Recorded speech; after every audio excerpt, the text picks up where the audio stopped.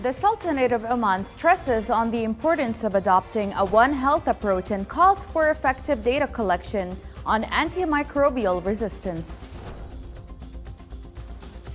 And NATO states that the right time for peace talks is up to Kyiv and Russia and resumes air traffic after a short pause following a Ukraine drone attack.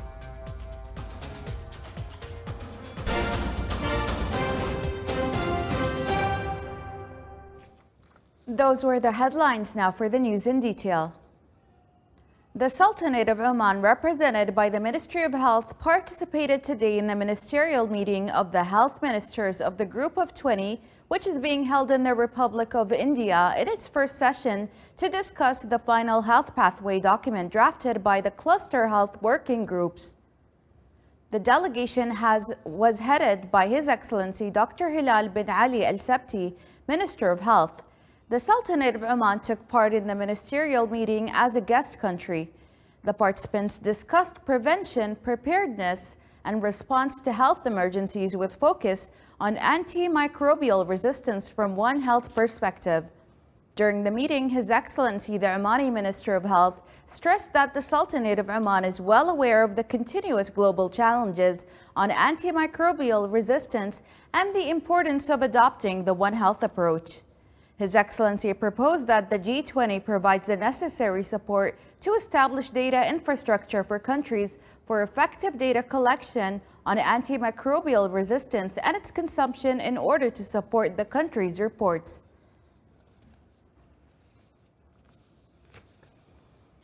Only Ukraine can decide the terms of a possible peace negotiation with Russia, NATO Chief Jens Stoltenberg said yesterday, reiterating the alliance's position after controversial remarks by its chief of staff. Stoltenberg was speaking at an event in Arendal, a small town in his native Norway, where Norwegian decision makers are gathered this week. 2 days earlier, at the same event, Stian Jensen, the director of the private office of the NATO Secretary General, suggested that one solution to the conflict could be the Ukraine be granted NATO membership in exchange for ceding some of its territory to Russia. Jensen later walked back on his remarks. During a NATO summit in Vilnius in early July, Ukraine was offered long-term military support but no NATO membership in the short term. Russian forces destroyed Ukrainian drones targeting Moscow and its Black Sea Fleet, officials said today, the latest in a surge of attacks on the capital and the Flashpoint waterway. The drone assaults came as a Russian proxy official confirmed speculation that Ukrainian forces had breached the left bank of the Dnipro River, the de facto front line in the south of the country. Russia's defense ministry said its air force drowned a Ukrainian drone over the capital today. Russian news agencies reported that airspace near Vnukovo International Airport was briefly closed, with departures and arrivals delayed. Last week, Russia destroyed a Ukrainian drone over Moscow's west, with debris landing in the park at the Kramashivskaya embankment. In May, drones were shot down near the Kremlin, less than 5 kilometers from the Expo Center. Hours before the strike on Moscow, Russia thwarted a Ukrainian marine drone attack on its warships in the Black Sea, the latest in a string of assaults on its fleet. Russia's defense ministry said the drone was destroyed late yesterday by patrol ships 237 kilometers southwest of Sevastopol in its Black Sea Fleet on the Moscow-annexed Crimean Peninsula.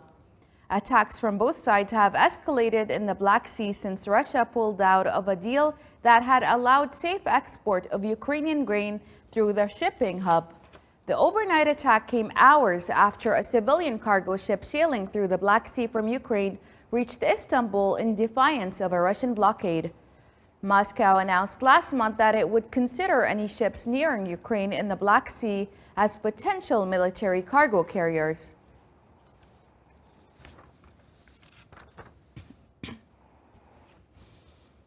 A civilian cargo ship sailing from Ukraine reached Istanbul yesterday in a defiance of a Moscow blockade that sent tensions soaring after Russia opened fire on a Turkish-owned ship. The Hong Kong-flagged Joseph Schultz left the port of Odessa on Wednesday, the first vessel to directly challenge Russia's new bid to seal Ukraine's access to the Black Sea. Marine traffic sites showed it's approaching its final destination in Istanbul after moving along a western route that avoided international waters in favor of those controlled by NATO members Romania and Bulgaria. Ukrainian President Volodymyr Zelensky said that the ship was using a new humanitarian corridor Kyiv established after Russia last month pulled out of a wartime agreement to export grain along the Black Sea. The Joseph Schultz mission came days after the Russian Navy fired warning shots and boarded a Turkish-owned but Palau-flagged vessel that was sailing to the Ukrainian river port of Izmail. The Russian attack put immense pressure on NATO member Turkey to stiffen its officially neutral line in the water. The Turkish presidency broke a 4-day silence yesterday by announcing that it had warned Moscow about the need to avoid further maritime escalations, but the Turkish statement stressed that it was technically up to Palau, a Pacific archipelago often used as a flag of convenience by global shipping companies, to lodge a formal complaint. Russia has stepped up attacks on Ukraine's shipping infrastructure since pulling out of the UN and Turkey-mediated grain deal.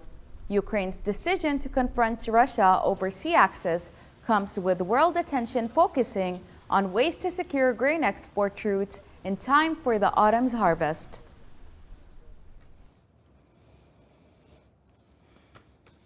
Moscow's defense ministry said today that Russian and Chinese warships are conducting joint maritime patrols in the Pacific Ocean involving rescue training and drills for countering airstrikes. The drills also included practicing the replenishment of fuel reserves by ships and the transfer of cargo on the go, the defense ministry said, adding that the joint detachment of ships had covered more than 6,400 nautical miles since the start of the exercise. Moscow and Beijing have ramped up bilateral defense collaboration in recent months, carrying out a joint air patrol over the Sea of Japan and the East China Sea in July. The displays of force have caused concerns in the region. The July air patrol led to South Korea deploying fighter jets as a precaution.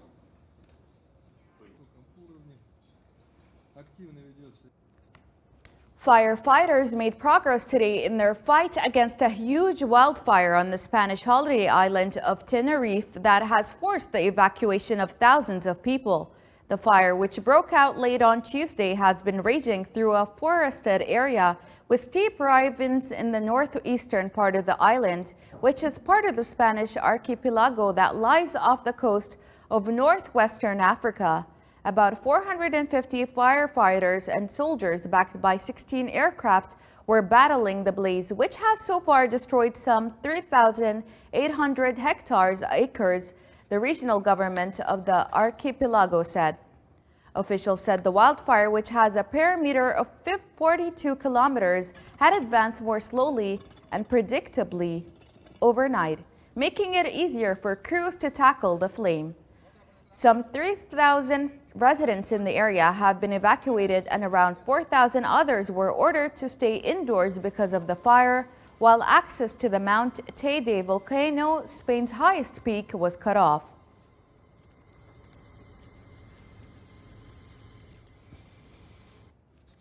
Hurricane Hilary grew rapidly to Category 4 strength off Mexico's Pacific coast today and could reach Southern California as the first tropical storm there in 84 years, causing significant and rare impacts, including extensive flooding.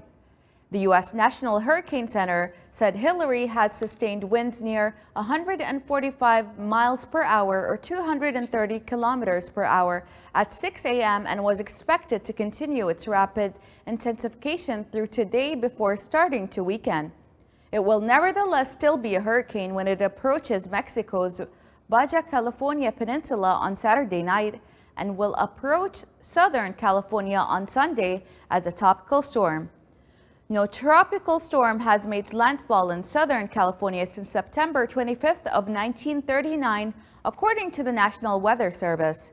Early today, Hillary was centered about 400 miles or 640 kilometers south of Los Cabos on the southern tip of the Baja Peninsula. It was moving west-northwest at 13 miles per hour or 20 kilometers per hour, but was expected to turn gradually towards the north through Saturday. The Mexican government extended its hurricane watch and tropical storm warning southward for parts of Baja California Sur State and also issued a tropical storm watch for parts of mainland Mexico.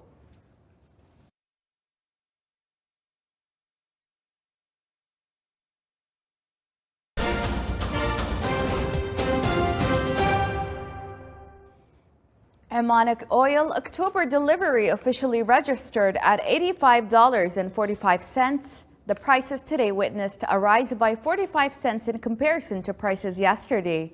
The average prices for Oman crude oil in August are registered at $74.78, decreasing by 16 cents in comparison to the average prices in July.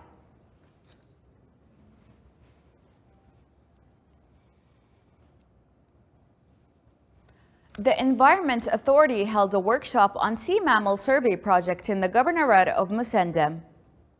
The workshop was attended by employees from the Environment Authority and other government institutions in order to discuss the scope of the survey and the mammals included in the study.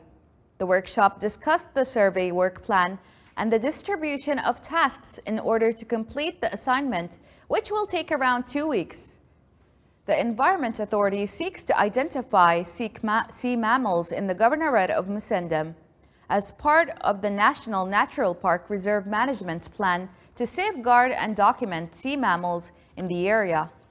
The sea mammals in Musandam, including dolphins and whales, can be easily watched near the coastal and protected areas.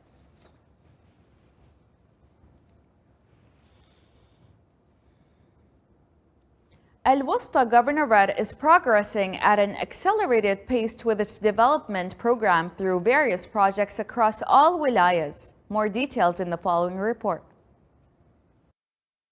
More than 17 development and service projects are being implemented this year in Al-Wusta Governorate across the wilayas of Hayma, Mahut, Ad-Duqm and Al-Jazir.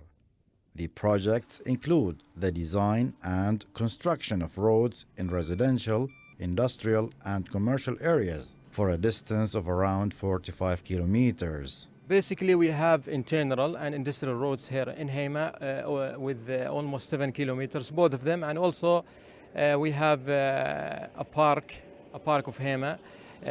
We have also in Mahut industrial and internal roads, almost 12 kilometers. We have also some project in Al-Jazir and Ad-Duqm, different type of project type in industrial roads and also internal roads. The implemented projects also include establishing parks, waterfronts, municipal slaughterhouses, and markets. The different projects implemented are catered for serving the citizens, residents, and visitors, in addition to enhancing the touristic and economic potentials of Al-Wusta Governorate as an attractive destination for various investments. The ongoing development projects reflect the strategy of Al-Wusta Governorate to accelerate the pace towards further social and economic growth across all wilayas. Salih Bukhalfan Al-Rahbi, Wilaya of Hayma, Al-Wusta Governorate. Within August of every year, within Ashur Plains of Dhofar Governorate hosts the activities of the Scout Summer Camp for advanced Scout stages. More details in the following report. In August of this year, Ashur Plains within Dhofar Governorate, with its beautiful, breathtaking scenery during the monsoon season, locally known as the Kharif, hosts the activities of the Gulf Scout Summer Camp for advanced Scout stage. The activities of this year's camp does come under the slogan Future Skills Innovation Pioneering in Sustainability, which is organised by the General Directorate of Scouts and Guides at the Ministry of Education as a part of its annual plan of activities. The camp will continue until August the 21st. The Scouts camp aims to plant the love of this great nation in the hearts of Sultanate of Oman's future leaders. This goal is achieved through teaching the Scouts the importance of preserving environmental resources, in addition to providing the young Scouts with various scouting skills that help them in developing physical health and promoting capabilities towards sustainable development, self-reliance, taking responsibility, serving others, building religious and scouting values, deepening brotherhood bonds between participating Scouts, and finally, providing those young leaders with the new futuristic skills. The organizing team under the Director General for Scouts and Guides here, we are so happy and pleased to see our Scouts participating in the program, which is indoor and outdoor activities. And the slogan of the camp, which is Sustainability, Challenge and Courage, is there. Our Scouts are practicing different activities with the help of the governmental sector and the community and society. The experience was a really nice experience because we had so much fun and we had field trips, and the scouting team is all people are nice, and we made a lot of friends from outside of the country. The Scout Camp will be divided into 3 sub-camps titled Innovation, Challenge and Sustainability. Each sub-camp consists of around 61 Scouts.